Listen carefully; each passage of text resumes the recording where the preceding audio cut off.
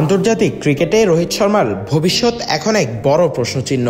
নেতৃত্ব হারানোর গুঞ্জনের মধ্যেই এবার শোনা যাচ্ছে হয়তো পুরো আন্তর্জাতিক ক্রিকেট থেকেই সরে দাঁড়ানোর পথে রোহিত। আর এই শূন্যতা পূরণে ভারতীয় ক্রিকেট বোর্ড ঝুঁকছে হার্দিক পান্ডিয়ার দিকেই। ভারতের ক্রিকেট ইতিহাসে রোহিত শর্মার নাম জ্বলজ্বল করছে, তবে সাম্প্রতিক সময়ে তার ফর্ম নিয়ে প্রশ্ন উঠেছে। বর্ডার গাভাস্কার সিরিজে তিনি টেস্টে করেছেন মাত্র 31 রান, আর এরপরেই উঠে আসছে তার নেতৃত্ব ও ক্যারিয়ার নিয়ে নানা গুঞ্জন। বিসিসিআই সূত্র জানিয়েছে, পরবর্তী ওয়ানডে নেতৃত্বে তারা হার্দিক পান্ডিয়ার উপরেই ভরসা রাখছে। বয়স ও অভিজ্ঞতার মিশেলে হার্দিক পান্ডিয়া এই মুহূর্তে সেরা পছন্দ। সঙ্গে শুভমান গিল ও সূর্যকুমার যাদবকেও ভাবা হচ্ছে ভবিষ্যৎ নেতৃত্বের জন্য। ভারতের আসন্ন চ্যাম্পিয়ন্স ট্রফি স্কোয়াড ঘোষণা হতে পারে জানুয়ারির দ্বিতীয় সপ্তাহে। বোর্ড জানিয়েছে রোহিত শর্মার মতামত নেওয়া হবে, তবে অবসর নিলে তাকে আটকানোর কোনো পরিকল্পনা নেই তাদের।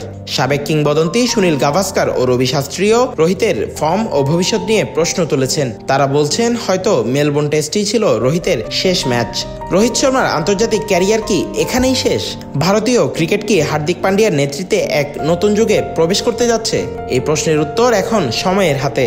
তবে রোহিতের অবসরের আলোচনা ঘিরে উত্তপ্ত এখন ক্রিকেট মহল।